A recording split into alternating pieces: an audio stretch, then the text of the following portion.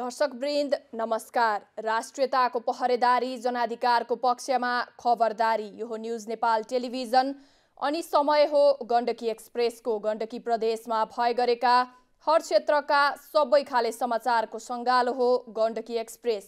पोखरा प्रसारण केन्द्रको प्रस्तुति गण्डकी एक्सप्रेसका साथमा छु म गायत्री कुँवर।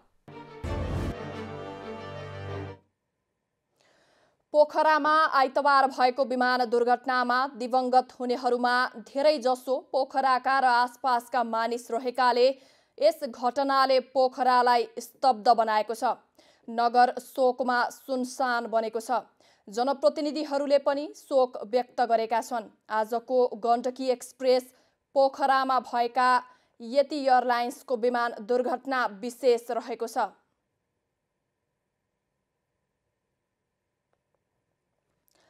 पोखरामा आइतबार यति एयरलाइन्सको विमान दुर्घटनापछि गरिएको खोजी तथा उद्धारमा हालसम्म कसैलाई पनि जीवितै नभेटिएको प्रहरीले जनाएको छ। विमानमा चालक दलका 4 सदस्यसहित 72 जना सवार थिए। एक रिपोर्ट। विमान दुर्घटनाको खबर पाउन साथ आइतबारदेखि सुरु गरिएको खोजी तथा उद्धार कार्य सोमबार पनि जारी छ। दुर्घटनास्थल सेती नदीको गहिरो खोजमा रहेकाले शव सङ्कलनमा कठिनाई भएको उद्धारकर्मीले बताएका छन्। घटनास्थलबाट सङ्कलन गरिएका 30 शवको शनाखत भएपछि आफन्तलाई बुझाउने तयारी गरिएको छ। शव परीक्षणका लागि काठमाडौँबाट चिकित्सकको टोली पोखरा आएपछि बाँकी शवको पहिचानका लागि काठमाडौँ लगिने भएको छ। शव पहिचान भइसकेका शव छिटो हस्तान्तरण गर्न माग गरिरहेको भए पनि अरू शवको पहिचान र बिमा लगायतका विषयको प्रक्रिया पूरा गरी आफन्तलाई शव बुझाइने भएको छ। पहिचान भएको करिब 33 वटा डेड बडीहरू चाहिँ पहिचान भइसकेको छ र त्यो पहिचान भएको डेड बडीलाई यहीँबाट ह्यान्डओभर गर्नेछ भने बाँकी पहिचान नभएको शनाखत नभएको डेड बडीलाई चाहिँ काठमाडौँ लैजाने जानकारी चाहिँ नि स्रोतले जनाएको छ।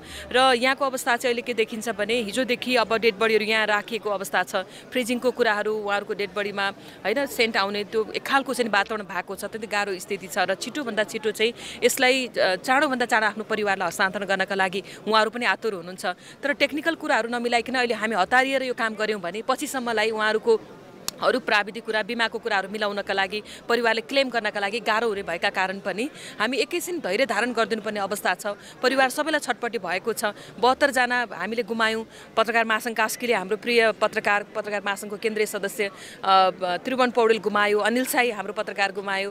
हामी कास्की शोकमा छौँ र पनि म सबैलाई के आग्रह गर्न चाहन्छु भने यो राष्ट्र नै शोकमा छ र यति बेला सबै परिवार आफन्तजनहरूलाई म यहाँहरू धैर्य धारण गरिदिनु होला। एकैछिन हामीले हतार गरेर डेड बडी त पठाउँला तर उहाँहरूको बाँकी प्रक्रिया कानुनी प्रक्रियाका लागि गाह्रो हुने भएका कारण यहाँहरूले बुझिदिनु हुनेछ। एकैछिन ढिला भए पनि सबै प्रक्रिया पुऱ्याएर मात्रै आफन्तहरूले आफ्नो प्रिय मान्छेको डेड बडी प्राप्त गर्नुहुनेछ। यसका लागि यहाँहरू सबैजनाले धैर्य धारण गरिदिनका लागि पनि म आग्रह गर्न चाहन्छु। सङ्कलन गरिएका शवहरूको परीक्षणका लागि पश्चिमाञ्चल क्षेत्रीय अस्पतालमा राखिएको छ।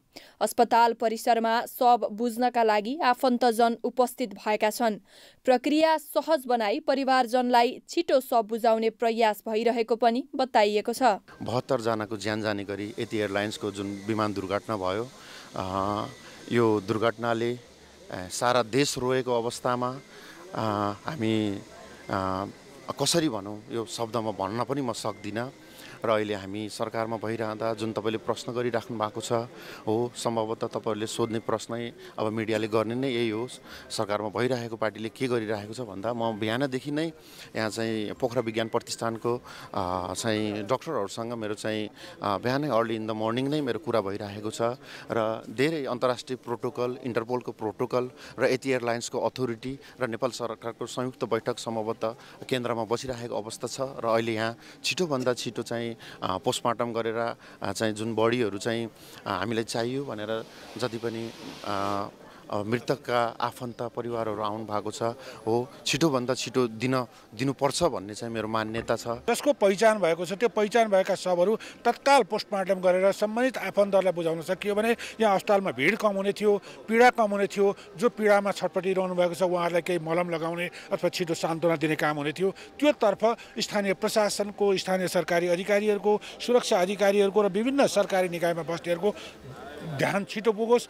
विमान दुर्घटनामा पत्रकार त्रिभुवन पौडेल र अनिल शाहीको निधन भएको छ। घटनास्थलमा सोमबार बिहानैदेखि खोजी कार्य थालिएको र 300 जना भन्दा बढी सुरक्षाकर्मी परिचालन गरिएको प्रहरीले जनाएको छ। विमान दुर्घटना भयो पोखरामा, अत्यन्त दुःखद खबर भएको छ। अधिकांश पोखरेलीहरू पर्नुभएको छ, केही भारतीय, रसियन, कोरियन नागरिकहरू परिरहनु भएको छ। यो चाहिँ अत्यन्त दुःखद खबर हो। अहिलेसम्मको इतिहासमा हेर्ने हो भने यो ठुलो दुर्घटनाको रूपमा पनि लिएको हामीले पाउँछौँ। यात्रुहरूको शनाखत हुने क्रम र पोस्टमार्टम हुने क्रम जारी नै छ। पोखराको सेती नदी खोजमा दुर्घटना भएको एटी एयरलाइन्सको विमानको भग्नावशेषबाट ब्ल्याक बक्स भेटिएको छ। नेपाल नागरिक उड्डयन प्राधिकरणका प्रवक्ता जगन्नाथ नेरौलाले ब्ल्याक बक्स सुरक्षित भेटिएको बताउनु भएको छ। आइतबार दुर्घटनामा परेको एटी एयरलाइन्सको जहाजमा ज्यान गुमाउने यात्रुमध्ये 30 जनाको शनाखत भएको छ। जिल्ला प्रहरी कार्यालय कास्कीका प्रवक्ता ज्ञानबहादुर खड्काले पोखरा स्वास्थ्य विज्ञान प्रतिष्ठानमा 67 जनाको शव लगिएको र तीमध्ये हालसम्म 30 जनाको पहिचान खुलेको जानकारी दिनुभएको छ। पहिचान खुलेका शव जिम्मा लगाउनका लागि आफन्तलाई बोलाइएको उहाँले जानकारी दिनुभयो। बिहानैदेखि पोखराको मौसम प्रतिकूल भइरहेका कारण पनि उद्धारमा भने कठिनाई भएको छ।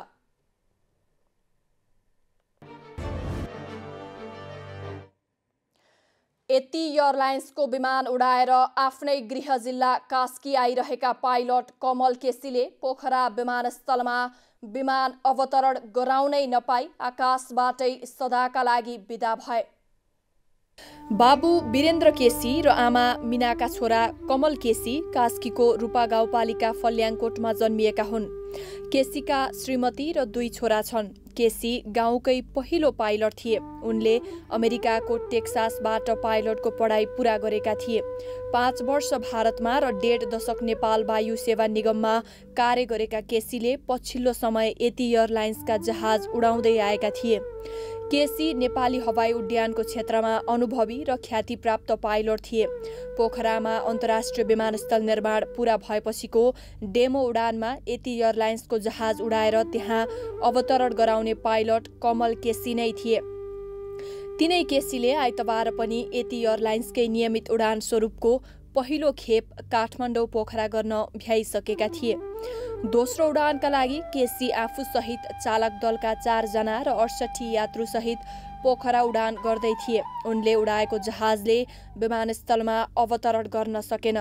पोखरा अन्तर्राष्ट्रिय विमानस्थल निर्माण भएपछि उनको पोखरा आवत जावत बाक्लिएको परिवारजन बताउँछन्। उनी पोखराकै भएका कारण पोखरालाई गन्तव्य बनाएर धेरै उडान गर्ने उनको रुचि थियो। केसी पाइलटिङका प्रशिक्षक पनि थिए।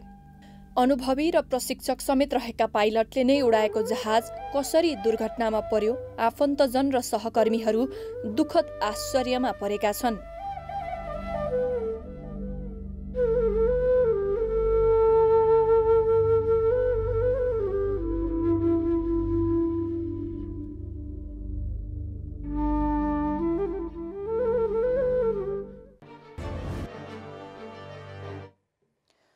पोखरामा आइतबार एटी एयरलाइन्सको विमान दुर्घटनामा परेकी को पाइलट अन्जु खतिवडाको पहिलो श्रीमान पनि विमान दुर्घटनामै परेर ज्यान गुमाएको खुलेको छ। पोखरामा आइतबार एटी एयरलाइन्सको विमान दुर्घटनामा परेकी को पाइलट अन्जु खतिवडाको पहिलो श्रीमान पनि विमान दुर्घटनामै परेर ज्यान गुमाएको खुलेको छ। खतिवडाको माइती विराटनगर 5 का वडा अध्यक्ष सन्तोष न्यौपानेले यो जानकारी दिएका हुन्। सन् 2006 मा जुम्लामा भएको एटी एयरलाइन्सको जहाज दुर्घटनामा उनका श्रीमान दीपक पोखरेलको निधन भएको थियो। त्यसपछि अन्जुले पाइलट पढेको वडा अध्यक्ष न्यौपानेले बताउनु भयो। अन्जुको पहिलो श्रीमानपट्टि 22 वर्षकी छोरी रहेकी छिन्। यता दोस्रो विवाहपछि भने 7 वर्षको छोरा रहेको वडा अध्यक्ष न्यौपानेले जानकारी दिनुभयो। न्यौपानेका अनुसार अन्जुले अमेरिकामा पाइलट पढेकी थिइन्। एटी एयरलाइन्सको एटीआर विमानमा 68 जना यात्रु सवार थिए।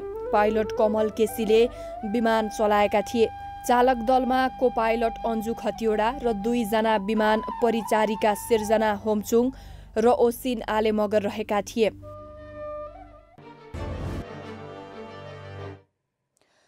पोखरामा यति एयरलाइन्सको विमान दुर्घटनामा मृत्यु भएकाको खोज तथा उद्धार कार्य बिहानैदेखि सुरु गरिएको छ।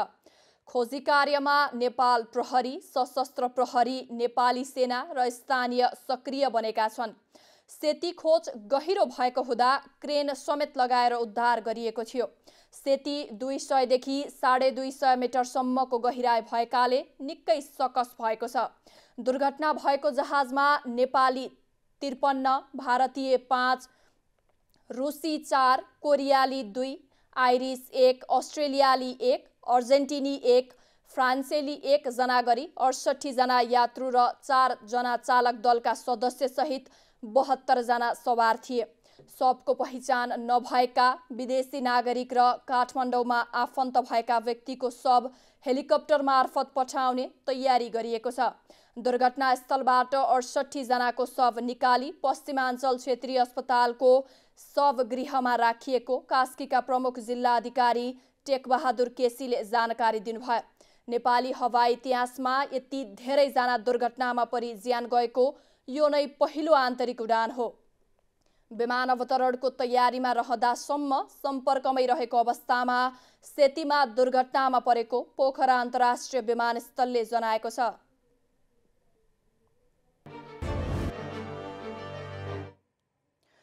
पोखरा दुर्घटना भएको यति एयरलाइन्सको विमानमा रहेकी परिचालक सिर्जना हुम्चुङको निधनले रूपन्देहीको बुटवल स्थित सैना मैनामा शोक छाएको छ। विमान दुर्घटनामा ज्यान गुमाउने सिर्जना हुम्चुङ 2072 सालदेखि यति एयरलाइन्समा एयर होस्टेसका रूपमा काम गर्दै आएकी थिइन्। भारतीय सेनाबाट अवकाश प्राप्त बुबा रिम बहादुर र खिमी सराकी एक्ली छोरी सिर्जनाका 2 दाजु र 1 भाइ छन्। +2 सम्म सैना मैनाकै सिद्धार्थ मेमोरियल एकाडेमीबाट पढेकी उनले बुटवलको क्रिसमस कलेज अफ टेक्नोलोजीबाट स्नातक गरेकी थिइन्। स्नातकपछि बुटवलकै सहारा एकाडेमीबाट एयर होस्टेस तालिम लिएर 2072 सालदेखि यति एयरलाइन्समा काम गरिरहेकी थिइन्। सिर्जना सानैदेखि पढाइमा अब्बल थिइन्। उनी घर परिवार र आफन्तका बीचमा पनि मिलनसार र सहयोगी भाव राख्ने गर्थिन्। उनी ड्युटीका कारण बिदा मिलाएर घर जान पाएकी थिइनन्।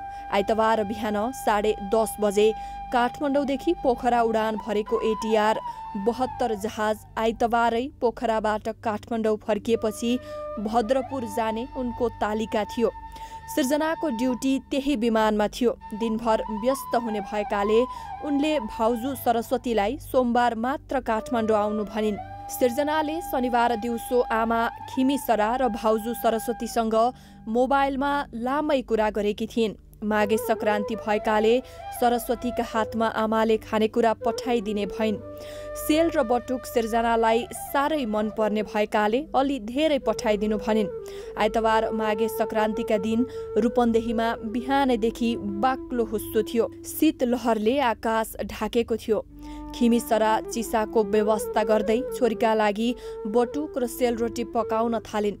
बिहान 11:30 बजेतिर उनी पकाउनमै व्यस्त थिइन्। खिमी सराको कानमा पर्यो, पोखरामा विमान खस्यो रे। शनिबार कुरा गर्दा सिर्जनाले आइतबार पोखरा जाने भनेकी थिइन्। खिमी सराको मनमा चिसो पस्यो। पोखरामा खसेको जहाज यति एयरलाइन्सकै भनेपछि हातखुट्टा पनि काम्न थाले। छोरीका लागि उनले बटुक र सेलरोटी पकाएर सकेकै थिएनन्। छोरीको जीवन नै सकिएको खबर आइपुग्यो। एक्ली छोरी गुमाउनु पर्दा खिमी सराको होस हवास नै उड्यो। अहिले उनको परिवार र गाउँ नै शोकमा डुबेको छ। आइतबार पोखरामा भएको यति एयरलाइन्सको विमान दुर्घटनामा पर्वतका 10 जनाको ज्यान गएको पुष्टि भएको छ। मृतक सबैको शनाखत भइसकेको छ। दुर्घटनामा परि कुस्म नगरपालिका 14 आर्थर डाँडा खर्कका नेपाल पत्रकार महासङ्घका केन्द्रीय सदस्य त्रिभुवन पौडेल, कुस्म 9का अरुण पौडेल र उनकी छोरी 11 वर्षीय प्रसिद्धि पौडेल, कुस्म 1 पाङकी रचना काफ्ले र उनका छोरा 10 महिने रिहान पौडेलको ज्यान गएको हो। त्यसै गरी मोदी गाउँपालिका 1 का विजय गुरुङ, पोखराका एकै परिवारका जमुना शर्मा, युवराज शर्मा, आयुर्दी शर्मा र बेबी शर्माको पनि मृत्यु भएको छ। शर्मा परिवारमा आमा, छोरा, नाति र नातिनी 4 जनाको मृत्यु भएको हो। दुर्घटनामा ज्यान गुमाउने कुस्म 9 कटुवा चौपारीका 46 वर्षका अरुण पौडेल र उनकी छोरी 11 वर्षकी प्रसिद्धि पौडेल विद्यालय बिदा भएपछि आफन्त भेटघाट गर्न आउँदै थिए। उनीहरू जन्मघर पर्वत आउने क्रममा दुर्घटनामा परेका हुन्। दुर्घटनामा परि ज्यान गुमाएका पर्वतका सबैको पहिचान भएकाले आफन्तलाई शव बुझाउने कास्कीका सहायक प्रमुख जिल्लाधिकारी गुरुदत्त ढकालले जानकारी दिनुभयो।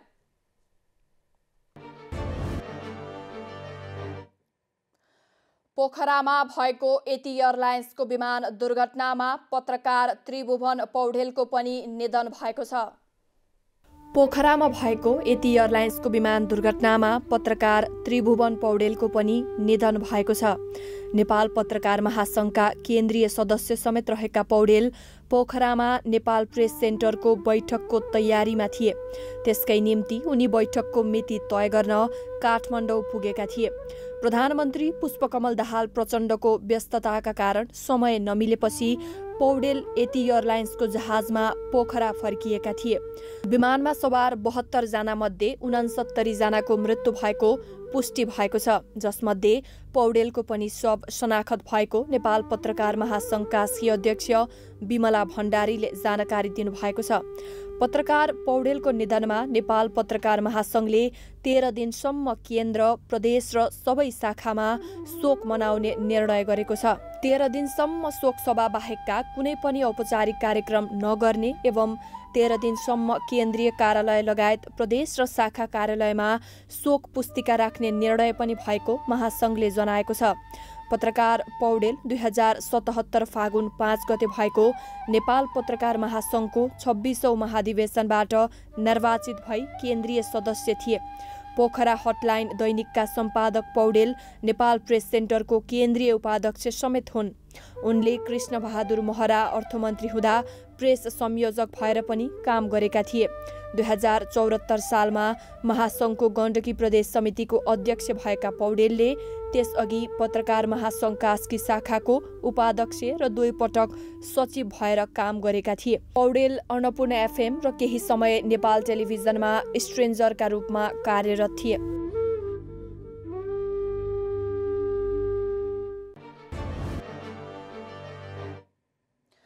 पोखरामा भएको एटी एयरलाइन्सको विमान दुर्घटनामा लोकदोहोरी गायिका निरा छन्त्यालको निधन भएको छ। 22 वर्षीय छन्त्याल 5 वर्षदेखि लोकदोहोरी गायनमा आबद्ध थिइन्। आइतबार निराको पोखरा दिउँसो 12 बजे नेपाल छन्त्याल सङ्घले आयोजना गरेको 10औं अन्तर छन्त्याल गाउँपालिका वडा स्तरीय पुरुष तथा क्लब स्तरीय महिला भलिबल प्रतियोगितामा प्रस्तुति दिने कार्यक्रम थियो।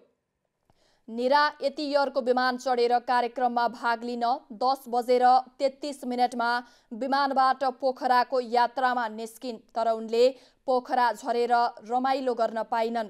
उनी चढेको विमान 22 मिनटमा पोखरा महानगरपालिकाको सेती नदी खोजमा खसेर दुर्घटना हुँदा मृत्युवरण गर्न पुगिन्। विमान दुर्घटनामा परेर निधन भएपछि बागलुङबाट उनको परिवारका सदस्य र आफन्त पोखरा आएका छन्।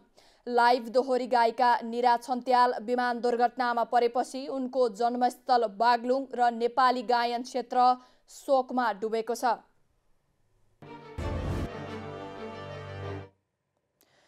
एटी एयरलाइन्सको विमान दुर्घटनाले कास्कीको हेम्जा शोकमा डुबेको छ। विमान दुर्घटनामा परि हेम्जाका 4 जनाको निधन भएको छ। दुर्घटनामा ज्यान गुमाउनेमा पोखरा 25 हेम्जाका राजन सापकोटा र उनकी श्रीमती जितेन्द्र बहादुर कुँवर र उनकी श्रीमती भगवती कुँवर रहेका छन्। माघे संक्रान्तिको दिन सम्पूर्ण हेम्जावासीकै लागि अशुभ बन्यो। अमेरिकाबाट फर्किँदै गरेका छोरा राजन सापकोटालाई लिन उनकी श्रीमती काठमाडौँ पुगेकी थिइन्। उनी काठमाडौँ आइपुगेको ठ्याक्कै 9 महिना हुँदा अशुभ हुन्छ, माघ 1 गते शुभ दिन आउनु भनेपछि सापकोटा दम्पति केही दिन काठमाडौँ नै रोकिए। तर परिवारलाई के थाहा शुभ दिन भनिएको माघ 1 उनका लागि यति अशुभ हुन्छ भनेर। सापकोटाकी आमा गीता दुर्घटनाको खबरसँगै बेहोस भएकी छन्। उनका छरछिमेकीहरू सबैका आँखा रसाएका छन्। डिभी परेर 2 वर्ष अघि मात्र अमेरिका गएका सापकोटा गत वर्ष बिहे गर्नका लागि पोखरा आएका थिए। उनका काका प्रकाश चन्द्रका अनुसार घर परिवारसँग भेटघाट एवं बिहेको 1 वर्षपछिको उत्सव मनाएर फर्कने गरी राजन आएका थिए। तर विडम्बना उनी घरसम्म आइपुग्न सकेनन्। सापकोटासँगै हेम्जाकै जितेन्द्र बहादुर कुँवर र उनकी श्रीमती भगवती पनि सँगै विमान दुर्घटनामा परेका छन्। घरायसी कामकाजको सिलसिलामा काठमाडौँ गएका कुँवर दम्पतिले छोराछोरीलाई भने शनिबार बसमा पोखरा पठाएका थिए। जहाज दुर्घटनामा हेम्जाकै 4 जना परेपछि यतिखेर सिङ्गो हेम्जा शोकमा डुबेको छ।